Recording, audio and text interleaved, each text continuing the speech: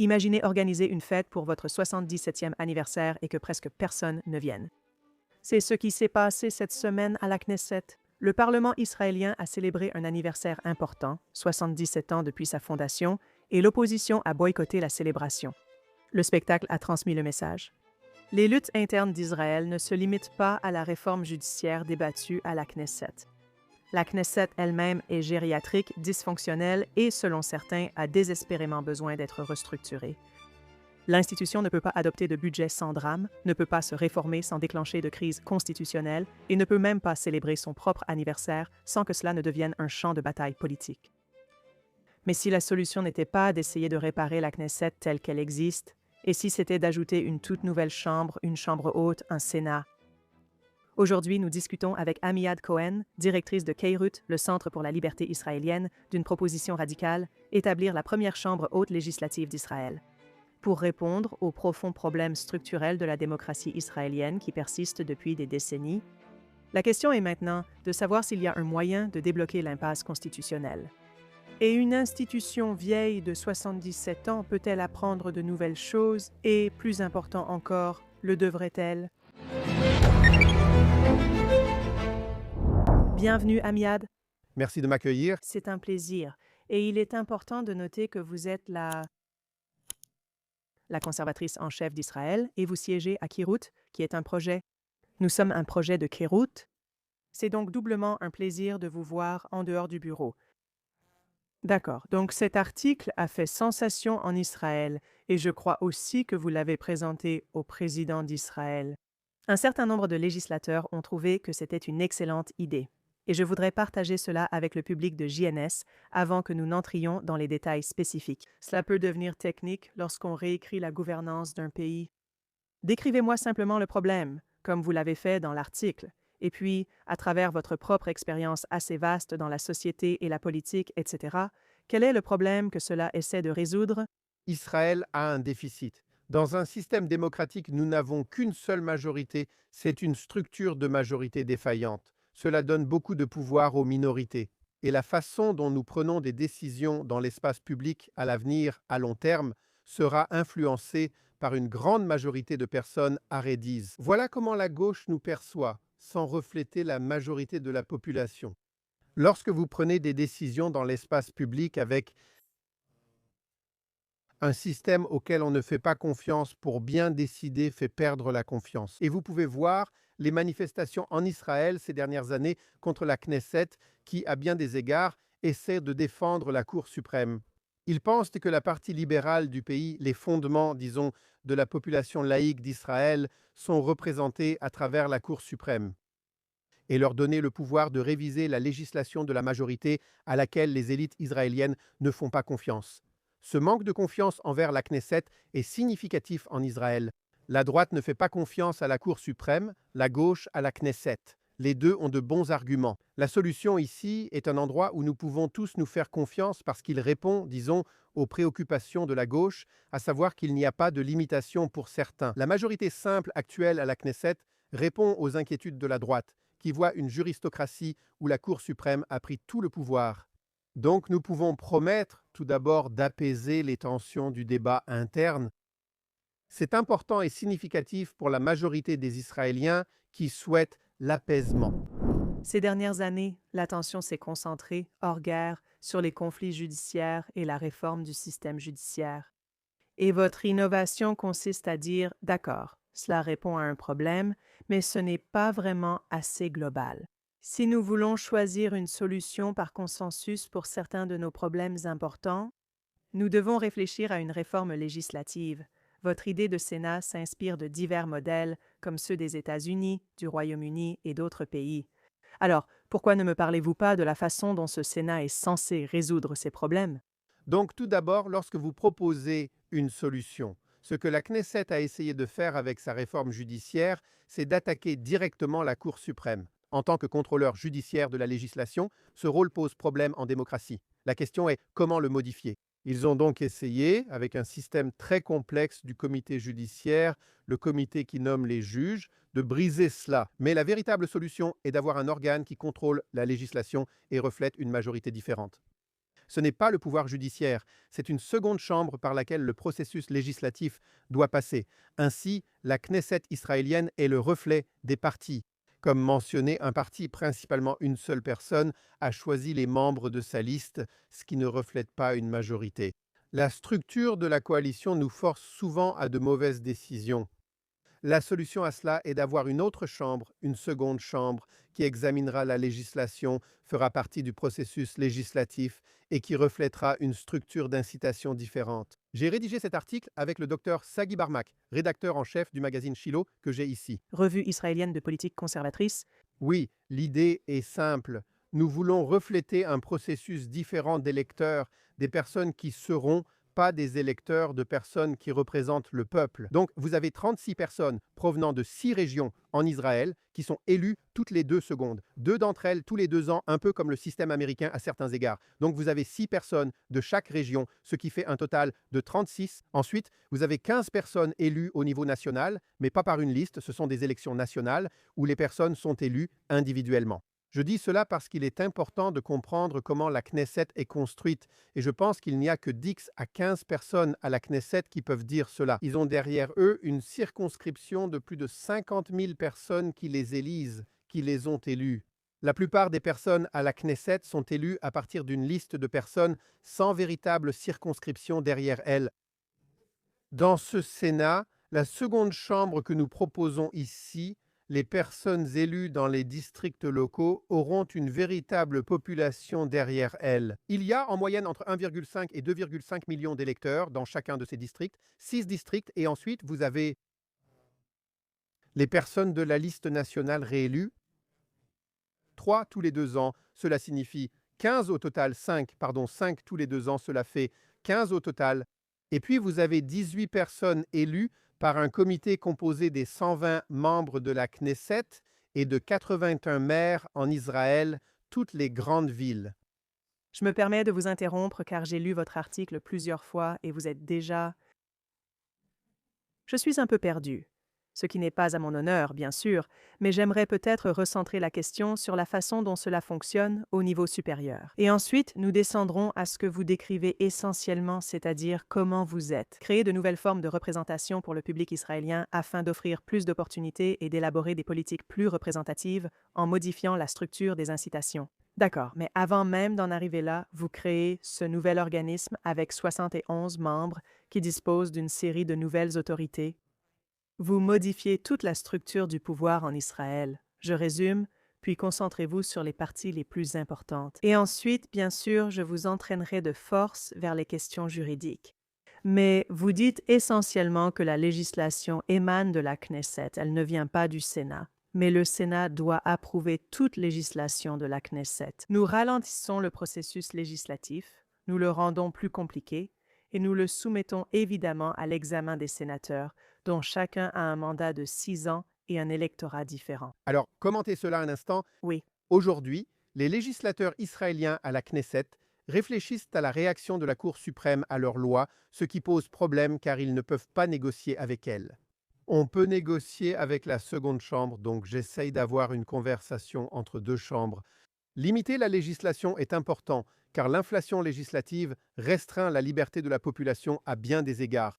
Nous voulons inciter les gens à réfléchir de différentes manières, à se demander ce qui est le mieux pour le public et ce qui est bon pour la coalition locale. Maintenant, comme le dit la gauche, C'est un grand changement. Nous aborderons ses implications bientôt, mais j'aimerais évoquer d'autres points. Une question majeure en politique israélienne porte sur les nominations. Oui, aujourd'hui, toute nomination importante est simplement contestée devant le tribunal et examinée par les juges, n'est-ce pas? Donc cela arrive aussi. mais c'est plus que ça. Ce n'est pas seulement une question de contester devant les tribunaux, il faut d'abord être nommé par un comité, C'est exact? et cela doit passer par un processus très bureaucratique. Comme le président américain peut nommer qui il veut et renvoyer qui il veut au sein de la branche exécutive. En Israël, un ministre peut nommer 6 personnes avec un salaire très bas. Toutes les personnes responsables des opérations principales dans son ministère sont des personnes qu'il a héritées du ministre précédent, qui pourraient être de l'opposition. Donc, vous ne pouvez pas vraiment mener une politique en Israël lorsque l'organisme que vous dirigez s'oppose à vos positions politiques. Donc ici, c'est une véritable opportunité pour le gouvernement de faire une réelle différence. Absolument, absolument. Et c'est aussi un problème très, très ancien. Et ce que vous dites ici, c'est que nous devons arrêter ce chaos. Ce chaos n'est pas bon pour le pays. Et donc, ce qui se passe, c'est que le Sénat confirme toutes les nominations de haut niveau, Toutes les nominations, pas seulement les plus hautes, mais toutes, d'accord. mais la question à laquelle nous essayons de répondre ici est quel est l'intérêt de la branche exécutive, c'est-à-dire le gouvernement, et de la branche législative, c'est-à-dire la Knesset? Quel est leur intérêt à avoir une seconde chambre? Et la réponse, c'est qu'ils obtiennent plus de pouvoir, ils obtiennent plus d'autorité pour appliquer leur politique. Ils devront avoir une discussion, mais l'organe qui devra légiférer pour créer la seconde chambre, c'est la Knesset. Donc j'essaye de réfléchir à leur motivation. Si le législateur cesse de penser au pouvoir suprême, à l'autorité abstraite qui examine ses lois, cela lui donne une incitation à en avoir une différente. Si le gouvernement peut nommer qui il veut, évidemment avec une commission qu'il approuve composée de sénateurs, cela leur offrira une opportunité démocratique sans être dictée par une commission ou par les syndicats qui contrôlent actuellement toutes les nominations gouvernementales. Quand j'étais enfant, ma famille, mes grands-parents étaient amis avec Yitzhak Shamir, alors nous sommes tous allés rendre visite à Yitzhak Shamir. J'étais trop jeune à l'époque pour mesurer l'ampleur de cet homme.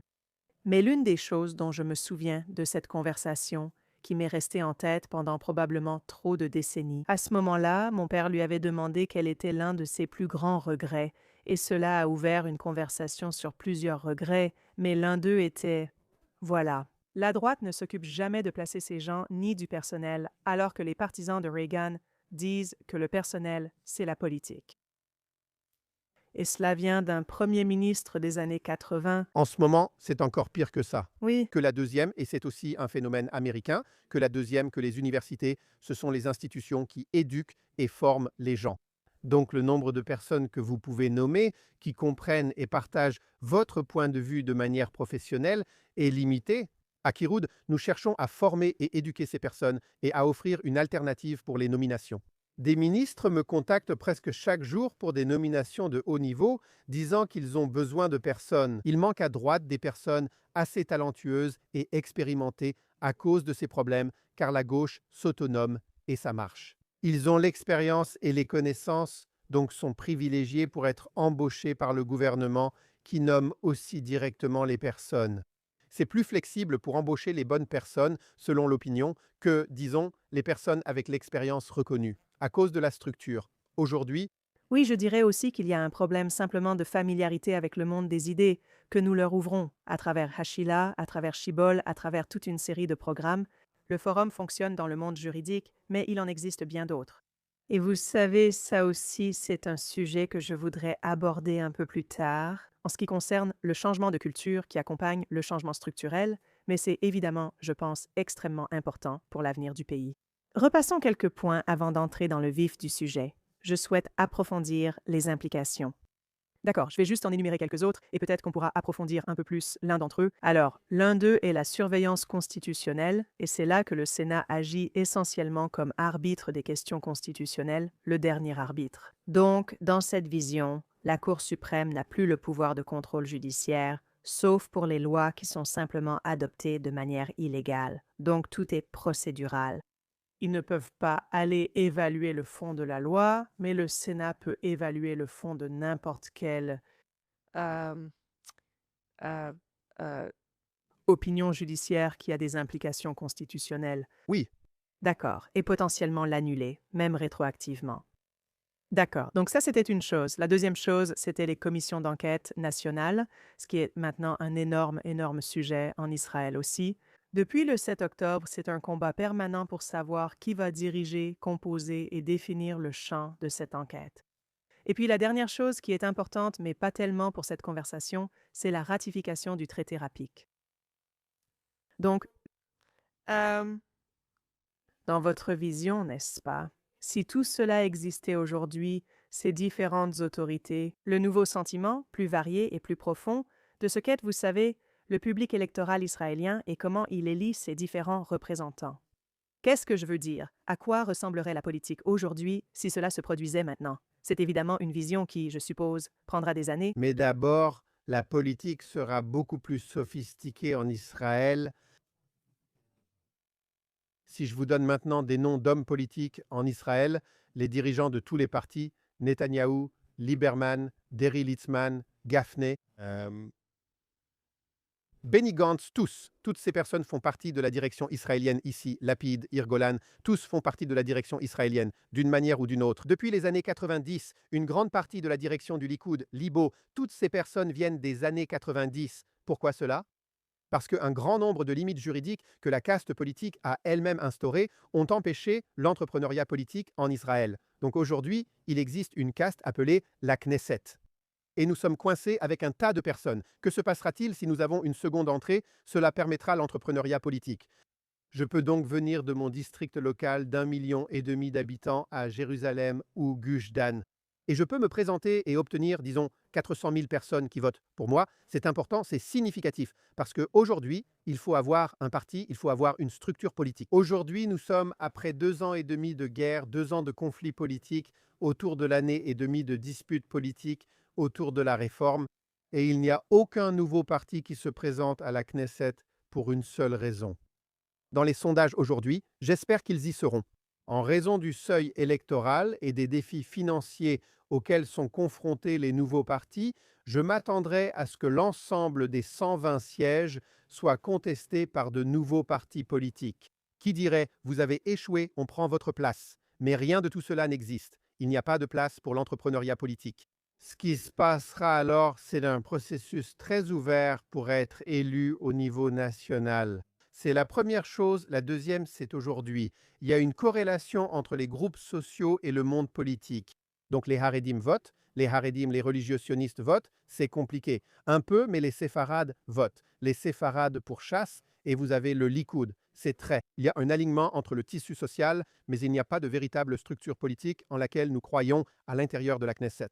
Deuxièmement, si vous localisez cela et que vous créez une variété de groupes à l'intérieur du Sénat, le débat politique s'élargira. Vous aurez des conversations sur une variété de sujets qui sont en fait axés sur des thèmes, des enjeux, des politiques, bien plus que sur le social. Cela va même briser le tissu social de la Knesset, car aujourd'hui vous êtes dans une coalition. Prenons la loi sur la conscription à la Knesset. Tout est divisé selon la coalition et l'opposition, sans vraie solution. C'est ce schéma qui domine. Mais ils savent tous que cela ne passera jamais devant la Cour suprême, donc c'est un jeu politique maintenant. Mais dès que vous aurez la seconde chambre, vous devrez désormais être en correspondance avec eux. Peut-être que les Haredim, vous voyez, ils sont une minorité, mais ils détiennent la 61e voix marginale à la Knesset, donc ils sont très puissants à la Knesset. Mais ils n'auront pas cela au Sénat. Le débat politique sera plus profond, le discours plus axé sur les politiques, ce qui améliorera le monde politique en Israël. Choisissez un autre sujet et montrez-moi où cela change la discussion à son propos, juste dans un sens très restreint. Tout d'abord, chaque décision provenant des Haredim, disons de l'argent pour les yeshivot. D'accord, c'est un... Maintenant, je suis pour donner de l'argent aux yeshivot d'ailleurs, mais non, disons-le comme ça. Je comprends la nécessité de donner de l'argent aux yeshivot, d'un point de vue de la coalition, mais c'est parce qu'il faut maintenir une coalition. Mais ensuite, vous avez une seconde chambre qui ne fera jamais passer la législation.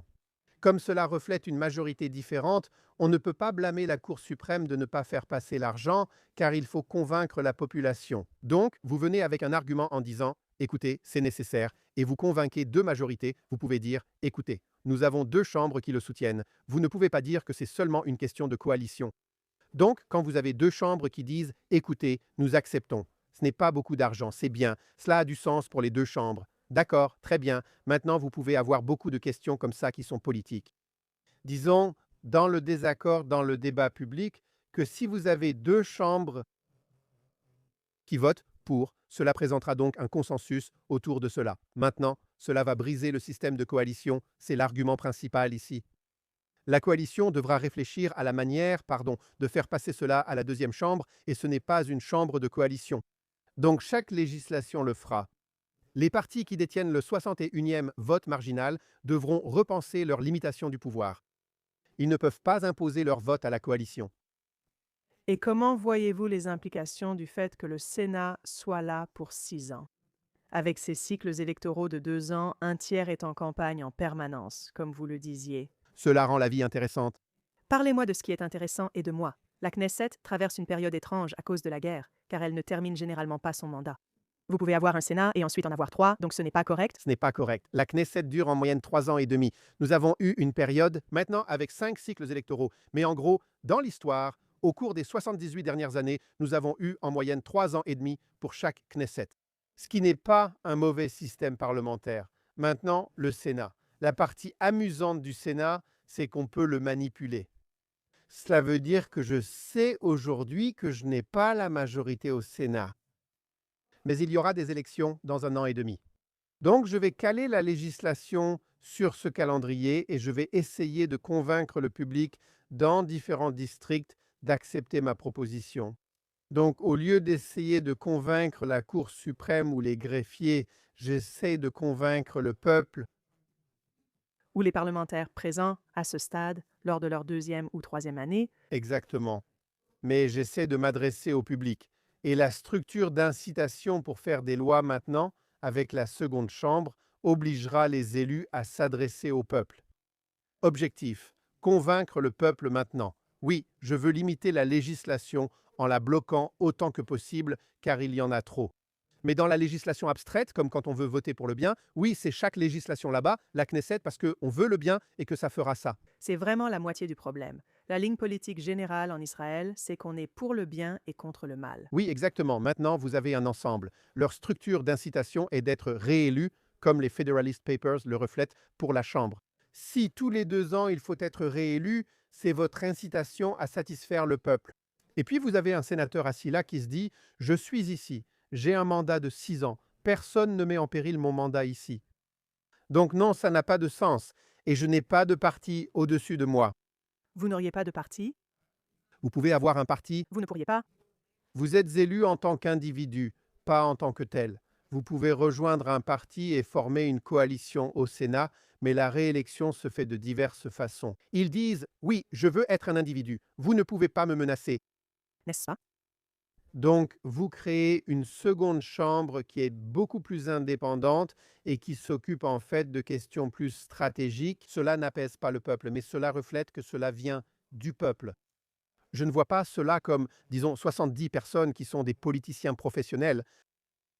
Intéressant, et c'est aussi nous. Je ne suis pas sûre si nous l'avons suffisamment mentionné, mais il s'agit d'un organe conçu pour essentiellement prendre en charge les fonctions de surveillance du gouvernement. Oui, Absolument, aujourd'hui, la Knesset, parce qu'elle est tellement imbriquée avec la Knesset et le gouvernement sont tellement imbriqués ensemble. En fait, la Knesset fait presque partie du pouvoir exécutif à bien des égards, parce que la législation vient de la Knesset selon la volonté du gouvernement. Tout est lié donc. C'est là que vous initiez la législation. Mais le Sénat sera totalement séparé du pouvoir exécutif et il examinera les lois importantes dans une perspective stratégique. n'est-ce pas? Et c'est juste, je veux insister là-dessus parce que c'est vraiment une plainte qui, en gros, contrairement à celle qui concerne la suprématie judiciaire, c'est un sujet où vous entendrez la droite se plaindre quand la gauche est au pouvoir et la gauche se plaindre quand la droite est au pouvoir. Et c'est extrêmement important aussi parce qu'encore aujourd'hui, il y a en gros un consensus sur le fait que la Knesset, peu importe qui détient le pouvoir, n'arrive pas à bien faire son travail.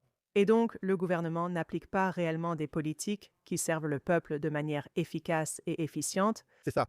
C'est donc quelque chose que vous essayez de... Donc, superviser le travail de la branche exécutive est une partie importante de la deuxième chambre que nous proposons. Je pense que ce sera encore plus efficace car c'est séparé de celle-ci. D'accord. Il peut la superviser. Donc,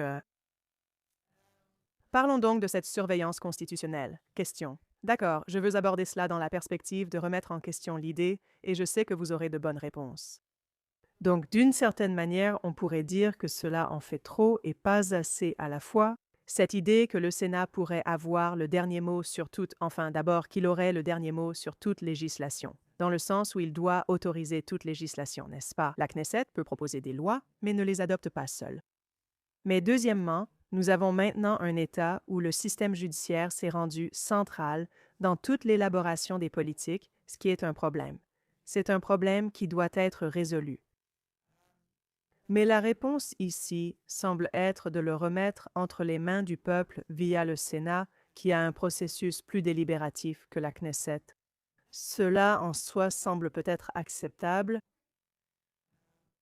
mais ce qui m'a vraiment interpellé, c'est la rétroactivité, parce que cela semble pouvoir être une recette pour le chaos. Donc la rétroactivité sera, tout d'abord, en légiférant sur le Sénat lui-même, cela va redéfinir les lois fondamentales sur le fonctionnement du système judiciaire et surtout sur la manière dont la législation fonctionne et dont la Knesset fonctionne. Et c'est très important. Vous avez mentionné plutôt l'absence de constitution en Israël. Je ne pense pas que ce soit un problème. Une constitution est un élément de prédilection. C'est important, mais ce qui est plus important, c'est que le peuple soit d'accord sur une constitution, qu'on la respecte et qu'on soit d'accord. Les règles du jeu aujourd'hui, il y a des règles du jeu. Et il y a, disons, 40%, 30%, 40% de la population qui n'accepte pas les règles du jeu, c'est-à-dire la démocratie, et préfère transférer le pouvoir à la Cour suprême dès maintenant. La Cour suprême ayant, disons, un pouvoir obligatoire sur la législation, cela n'apparaît dans aucune législation en Israël, cela n'existe pas là-bas, donc la réforme va avancer. Nous allons d'abord légiférer sur la façon dont vous adoptez les lois fondamentales. Quel est le rôle du pouvoir judiciaire? Et je pense vraiment qu'ils doivent contrôler le gouvernement, vérifier si le gouvernement agit conformément à la loi, Retrouver leurs fonctions et caractéristiques d'origine. en surveillant précisément la branche exécutive. Et si jamais ils prennent une décision qui aurait des implications constitutionnelles, elle ne sera pas automatiquement décidée, mais devra être approuvée par le Sénat. L'examen sera effectué par la législation du Sénat qui fixe désormais les règles du jeu, Au fait, en annulant toutes les décisions du passé. eh bien, c'est ce que j'essaye de demander, parce que j'ai aussi posé la question à Sagi hier, et c'était presque comme, tu vois, la thèse avec laquelle je suis tout à fait d'accord, c'est que nous sommes trop concentrés sur la réforme judiciaire comme étant le cœur du problème, même si c'est vraiment, vraiment important. Et en réalité, il y a un problème beaucoup plus large ici en termes de stabilité. Donc, nous allons présenter cette idée qui s'inspire de cet article qui, je pense, va bientôt sortir en anglais. C'est censé, oui. D'accord, on croise les doigts. Mais tu t'inspires de tout, de la philosophie grecque aux Federalist Papers et, tu sais, de l'expérience vécue dans d'autres démocraties, donc tout cela a du sens. Mais la principale objection au moment de la réforme judiciaire, du moins au début, c'était vous allez trop vite, vous faites des changements énormes. Cela va essentiellement accorder des pouvoirs à cette Knesset, à ce gouvernement, nous n'avons pas confiance, etc. Et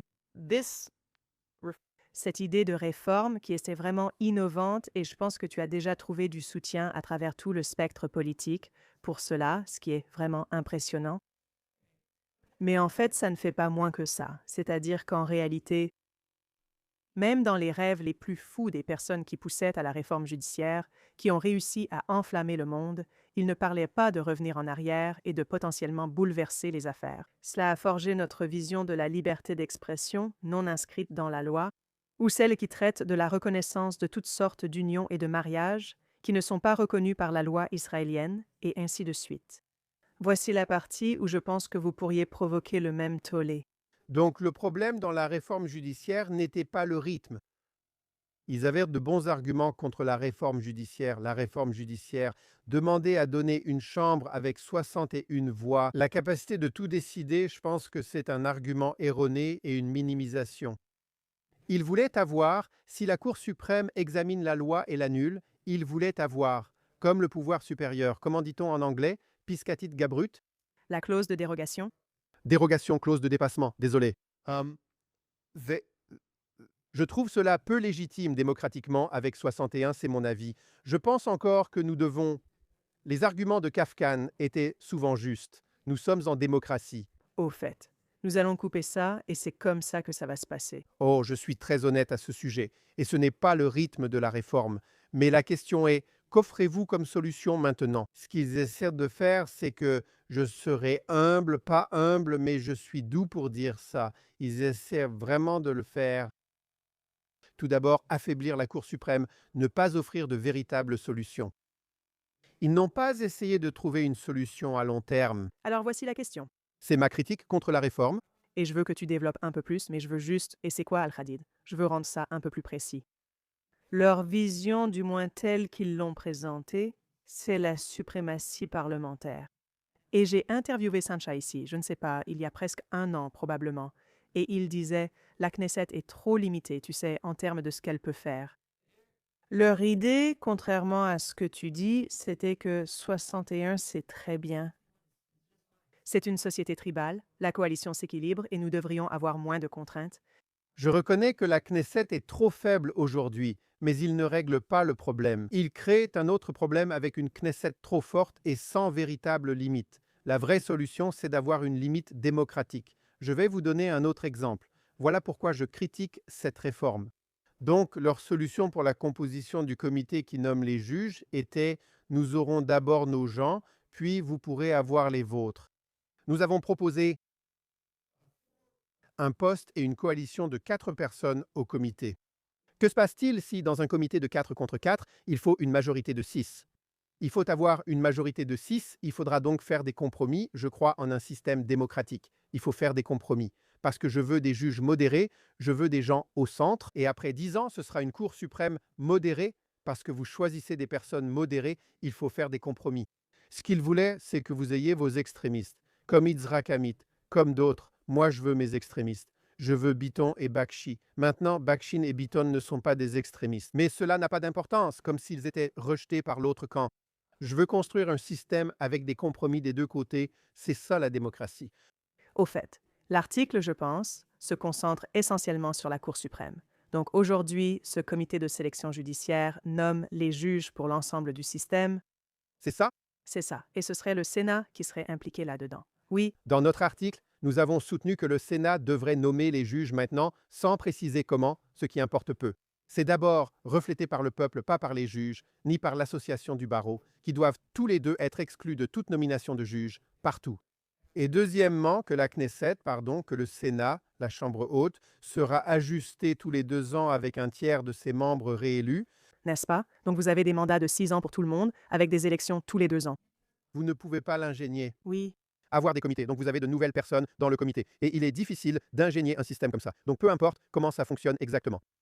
Ça ne représente pas la répartition politique que nous avons aujourd'hui. Nous pouvons expliquer comment le Sénat et le Congrès sont devenus très similaires à cause du 17e amendement en Amérique, le Sénat est la Chambre des représentants aux États-Unis. qu'aujourd'hui ils sont très similaires dans leur répartition 50-50. Parce qu'avant, le Sénat, avant le 17e amendement, était un endroit qui représentait une élite d'Américains élus par les chambres des États. Aujourd'hui, c'est un lieu populaire élu par la population de l'État, donc leur structure d'incitation est très similaire à celle de la Chambre des représentants, donc ils sont en fait alignés. Ce que j'essaye de faire, c'est justement de ne pas tomber dans cette erreur et d'aller vers autre chose. Il y a une structure d'incitation totalement différente. Certains sont élus par le comité, d'autres localement ou nationalement. Comme on ne peut pas l'ingénier, on ne le fait pas. Vous n'avez aucune idée du résultat du système maintenant. Il y aura un seuil très bas pour être élu. Se présenter dans le district de Beersheba est très difficile à manipuler. Vous avez des Bédouins, vous, des Israéliens, vous avez une variété de circonscriptions qui doivent être élues par eux. Ce sera un monde politique intéressant. Nous serons très engagés avec des élections tous les 2 ans dans chaque district et une grande influence. Parce que si vous voulez faire passer une loi qui est à la limite aujourd'hui, disons mettons 70, donc vous avez 36 et 34 dans la majorité, au Sénat, il faudra trouver un endroit pour nommer quelqu'un, mais la commission peut nommer quelqu'un d'autre. C'est un jeu très compliqué à apprécier. En gros, vous créez un système pour un chaos organisé. Organisé, c'est le processus ici. Vous en avez parlé plus tôt. La Constitution n'est pas vraiment la question, c'est plutôt de créer la confiance qui permettrait une Constitution, ce qui, d'une certaine manière, pourrait rendre cela moins urgent. Si j'ai bien compris, je regarde toujours notre problème aujourd'hui en Israël et je me dis qu'il y a un manque de vision, on accorde trop d'attention aux structures. Mais la façon de gagner la confiance n'est pas simplement de continuer à essayer de réformer une structure. Il s'agit de présenter une vision positive de ce que vous souhaitez pour ce pays et de convaincre les gens. Je pense que la droite ne l'a pas fait et la gauche non plus, parce qu'une grande partie de ce que fait la gauche aujourd'hui consiste simplement à s'opposer au fait que la droite est au pouvoir. Donc personne ne fait vraiment cela. Et dans la mesure où quelqu'un pourrait le faire, je veux dire, cela pourrait ressembler à une déclaration des droits, cela pourrait ressembler à des livres, vous savez, avec tout un tas de visions différentes. Et même si c'est beaucoup moins concret, je me demande si ce n'est pas le premier projet. Avant que nous allions parler des grandes révisions structurelles, parle-moi. Super. Donc nous sommes maintenant dans Parashat Yitro, c'est surprenant, je parle de Parashat. Oui, nous allons maintenant dans le biblique, Parashatitra. avant les 10 commandements. Il y a un passage où Yitro vient voir Moïse et lui dit: Écoute, tu dois faire une réforme judiciaire ici. Tu ne peux pas gérer ça comme ça. Pourquoi est-ce important que cela arrive juste avant les 10 commandements, selon le terme biblique? Et la réponse, c'est que tu dois avoir un réceptacle pour accepter les règles. Tu vas recevoir des règles. La portion, celle qui vient juste après, ce sont toutes les règles concernant euh, euh, euh, avec, les règles concernant les esclaves et les règles sur les gens qui se blessent les uns les autres, comme beaucoup de règles économiques dans la portion de Mishpatim. Donc c'est important à venir. Avant d'aborder les idées abstraites sur pourquoi nous sommes ici, il est important d'avoir un récipient très organisé. La façon dont nous résolvons les différends, le système judiciaire, la manière dont nous faisons confiance au système judiciaire, c'est bien plus, ce n'est pas plus. Mais il est très important d'être avant, de venir avant les idées abstraites qui y sont implantées, parce que c'est ainsi que nous le gérons le lendemain. Donc c'est la même chose dont je parle ici. Avoir un État juif et ce que cela signifie est un long débat. Nous continuerons encore 50 ans, mais il nous faut un accord sur la façon de mener la discussion. Comme Hernandez de Soto l'explique dans Monsieur Capitalisme, ce livre montre qu'un système judiciaire stable est essentiel pour l'économie libre. Ainsi, nous pouvons avoir nos désaccords de manière très stable. Ainsi, nous savons quels risques nous pouvons prendre, et ensuite nous pouvons prendre ces risques et nous pouvons prospérer économiquement. Je ne sais pas comment vous utiliserez les règles, ni quel contenu ou entreprise vous lancerez, mais les règles du jeu sont claires. C'est pourquoi, pour moi, les règles du jeu sont plus importantes que ce qu'est un État juif. Les règles du jeu sont importantes parce que c'est comme ça qu'on peut avoir une conversation dans cette société fracturée qui sera toujours fracturée. Parce que nous avons des opinions, et c'est une bonne chose d'avoir des opinions, mais il faut trouver. Nous avons des opinions contradictoires, même individuellement. Oui, tu peux le dire, mais ça n'a pas d'importance. Deuxièmement, nous avons un processus convenu sur la façon dont nous prenons les décisions sur la place publique. Je veux ajouter une chose à cela, la Constitution américaine. Si tu la lis, c'est un document juridique ennuyeux. Les amendements qui ont été signés en même temps que la Constitution sont des amendements à la Constitution qui sont venus avec les valeurs, avec le premier amendement, le deuxième amendement, la liberté d'expression, les armes à feu et le reste. Mais ils sont délibérément séparés parce que la Constitution, ce sont les règles du jeu. Et si tu lis les Federalist Papers, ils abordent moins les amendements. Ils abordent le processus, l'importance de la confiance du peuple dans le processus, et ils expliquent les tensions et les incitations. Et ce que ces groupes ont et n'ont pas, et comment c'est construit de manière à diviser le pouvoir. On limite les pouvoirs centralisés pour qu'aucun ne puisse devenir tyrannique envers la société. Nous préservons votre liberté, mais nous avons un système qui fonctionnera. C'est la première étape pour avoir un pays réellement organisé.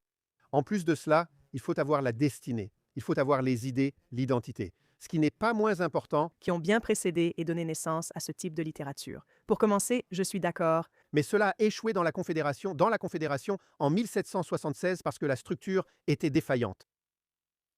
Donc, laissez-moi vous poser cette question. Il y a tout un tas d'entités ou de groupes auxquels cette idée ne convient tout simplement pas. L'un d'eux, c'est la Knesset, n'est-ce pas? En gros, vous allez à la Knesset et vous lui dites « réduisez votre pouvoir, réduisez votre pouvoir ». Évidemment, dans la mesure où le système juridique a aujourd'hui une influence aussi forte sur l'élaboration des politiques, là aussi, il peut y avoir d'autres oppositions politiques auxquelles vous seriez attentive. Comment comptez-vous réellement faire avancer cela? Tout d'abord, pendant la réforme juridique, nous avons pensé organiser une convention constitutionnelle en disant « Écoutez, cela doit être séparé, retiré de la Knesset.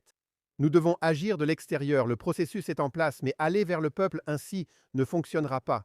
Nous avons un pays, Pourquoi cela ne marcherait-il pas? parce que nous avons un pays, j'essaie d'expliquer, nous avons un pays qui a déjà une Knesset qui est acceptée par le peuple comme ayant le pouvoir. Donc je change la question, au lieu d'essayer de contourner la Knesset et de passer autour pour m'attaquer au problème avec la Knesset. Et je demande quel est l'intérêt pour la Knesset de perdre certains pouvoirs, mais d'en gagner d'autres. Et ma réponse était que l'échec de la réforme à adopter une approche directe contre la Cour suprême leur offrait une approche indirecte. Et au lieu de penser à la Cour suprême, à quoi vont penser ces juges arbitraires? Que puis-je faire? J'aurai un organisme auquel je pourrai appartenir et peut-être diriger. Maintenant, les politiciens ont des ambitions et j'aime ça et c'est pourquoi j'ai mis la Knesset dans un comité pour nommer certains des sénateurs parce que je veux que la Knesset ait réellement une relation avec le Sénat afin qu'il puisse correspondre et avoir une incitation à l'influencer. Donc, la Knesset perd un peu de pouvoir, mais en réalité, elle en a plus maintenant, parce qu'ils peuvent réellement promouvoir la législation de manière efficace, puisqu'ils n'ont pas la Cour suprême qui les surveille, et entre-temps, ils n'ont pas réussi à la changer. Comme l'a dit Yariv Levin, ministre de la Justice, il semble que nous échouerons aussi au prochain cycle. C'est son hypothèse, donc il essaiera de la détruire en n'élisant plus aucun juge à la Cour suprême s'il n'accepte pas ses partisans. D'accord, mais qu'en est-il de la vente de ceci? Je veux dire, aux sceptiques dans le public et au système judiciaire lui-même, c'est ce que tu es en train de dire en ce moment. Ce que tu viens de dire avec Yariv Levin, c'est que, tu sais, en ce moment, il y a une impasse totale et il n'y a aucun moyen d'exercer une pression. Alors il y a une autre idée amusante qui est apparue. Maintenant, avoir un organe, une Cour constitutionnelle, qui accepterait les appels de la Cour suprême. Parce que la Cour suprême en Israël est la première et la dernière instance. Et c'est fou, tu ne peux faire appel à personne après leur décision. N'est-ce pas? C'est même, en fait, c'est une atteinte massive au droit constitutionnel. Il n'y a aucun autre pays occidental où la Cour de première instance est la Cour suprême. Et tu n'as en gros qu'une seule chance. Exactement, donc c'est fou. Donc une autre solution était, créons une Cour constitutionnelle au-dessus de la Cour suprême, nous allons la légiférer, la Knesset, nous allons la nommer. Ensuite, il y aura un appel devant la Cour suprême. Ensuite, les personnes nommées à la Chambre haute annuleront leur appel pour réexaminer la législation, ce qui est gagnant-gagnant. D'accord. Tu comprends, en fait, nous nommerons ces personnes après notre législation, nous aurons cette Chambre haute, pardon, une Cour constitutionnelle, et ils annuleront leur appel, leur appel. Je n'ai pas à convaincre, mon argument est que je n'ai pas besoin de convaincre la Cour suprême. Le deuxième, Vous légiférez et vous établissez la deuxième chambre. Que dira-t-elle? Qu'il n'y a pas de deuxième chambre? Oui, ils l'ont, nous l'avons, nous avons déjà un organe. C'est d'ailleurs l'approche indirecte ici. Au lieu de changer la Cour suprême elle-même, on construit une deuxième chambre à côté. d'accord. On ne peut pas lutter contre une force existante. Eh bien, dans une certaine mesure, ça semble génial, mais je pense être assez familière avec la culture de la bureaucratie et du système judiciaire en place. Vous parlez d'essayer de contourner presque tout le système. N'est-ce pas? D'accord, point final, j'ai compris. Tu sais, l'article est assez long, il fait 35 pages. Je pense que ce sera similaire, voire plus long en anglais, et cela soulève de nouvelles questions. D'accord. Y a-t-il quelque chose que tu voudrais que les gens sachent sur cette idée ou à ajouter qui n'est pas dans l'article? Oui, donc évidemment, beaucoup de gens l'ont lu et nous avons reçu beaucoup de commentaires, et c'est ça qui est intéressant ici. Il y a quelque chose que nous avons oublié d'aborder dans l'article, et je pense que c'est important d'en parler. C'est comme notre défaut de ne pas l'avoir abordé. Il y a une histoire de 2014 quand Ayer Shakid a essayé de restructurer le conseil juridique, le rôle de conseiller juridique en Israël, pour le diviser en deux, ce qui pourrait arriver en deux rôles, procureur et conseiller juridique. Actuellement, le gouvernement réunit ces fonctions en un seul poste. Et donc, ils avaient le gouvernement assis dans la salle du cabinet, ils étaient assis, et Ayeda Shakid Netanyahou a posé sur la table. Donc, la prochaine question est que nous allons séparer le conseiller juridique en deux entités différentes, puis le conseiller juridique. Weinstein a levé la main et a dit, écoutez, il a sorti une note de sa poche et a dit, les ministres, au nom de vous, vous et vous. Vous ne pouvez pas voter là-dessus parce qu'il y a une enquête en cours devant vous. Ils n'avaient aucune idée qu'il y avait une enquête en cours devant eux. Mais le pouvoir, combiné avec le fait que le conseiller juridique enquête sur des élus en tant que procureur, c'est un vrai bazar. Et cela leur donne en fait évidemment la fin de l'histoire. Ils ont clos le dossier et ils n'ont pas voté dessus. Il a simplement posé le pistolet sur la table et dit « Si vous essayez, je tirerai sur vous tous ». C'est une fraude dans le système israélien. Depuis le milieu des années 80 jusqu'à aujourd'hui, Le procureur a beaucoup de pouvoir contre les responsables élus. Même avant, Même avant, mais de façon spectaculaire dans l'affaire d'Eric Pinchassi. Et aujourd'hui, il y a une décision de justice dans les prochains jours concernant la raison pour laquelle Ben-Gvir ne peut pas être à la Knesset parce qu'il a commis un crime il y a environ 25 ans et il y a un appel que la Cour suprême est en train de débattre. Pourquoi ne pas renvoyer Ben-Gvir ont-ils demandé à Netanyahou, car c'est un criminel et c'est insensé démocratiquement. je veux dire, je pense que vous oubliez de mentionner cela. La procureure générale a également rédigé une note annonçant son soutien au licenciement, sans aucune base légale. D'accord, alors quelle est la solution? C'est là que le Sénat, la Chambre haute, intervient. La solution ici, c'est que nous avons, comme dans le système américain, des auditions dans une organisation démocratique par la deuxième chambre. Si un élu doit être poursuivi, donc si la police vient et dit écoutez, il y a une affaire contre lui. L'ouverture d'une enquête nécessite l'approbation d'une commission du Sénat qui doit rendre publique la décision. Des preuves doivent être présentées à cette commission. Et ensuite, la seule façon de le poursuivre, c'est par le Sénat. Pour tout, disons, processus légal, nous trouverons ce qui convient pour cela, mais peu importe, cela doit passer par des représentants élus.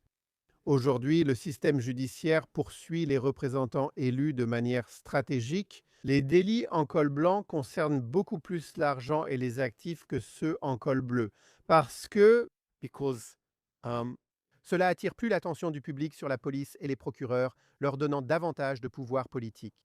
Donc, si, disons, votre voiture est volée, nous avons 21 000 voitures volées chaque année en Israël, ce qui est fou. Personne ne s'en soucie car on dépense près d'un demi-milliard de shekels pour poursuivre Netanyahou.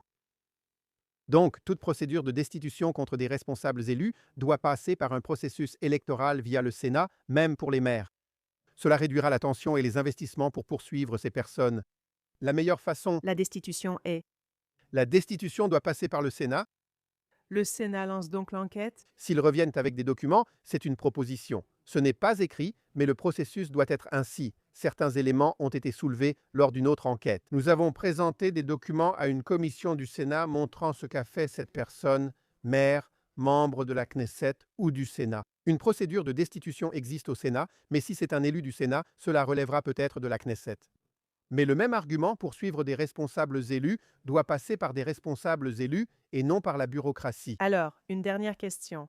D'accord, quelle a été la critique la plus convaincante de cette idée que vous avez reçue dans tous ces commentaires, questions et retours?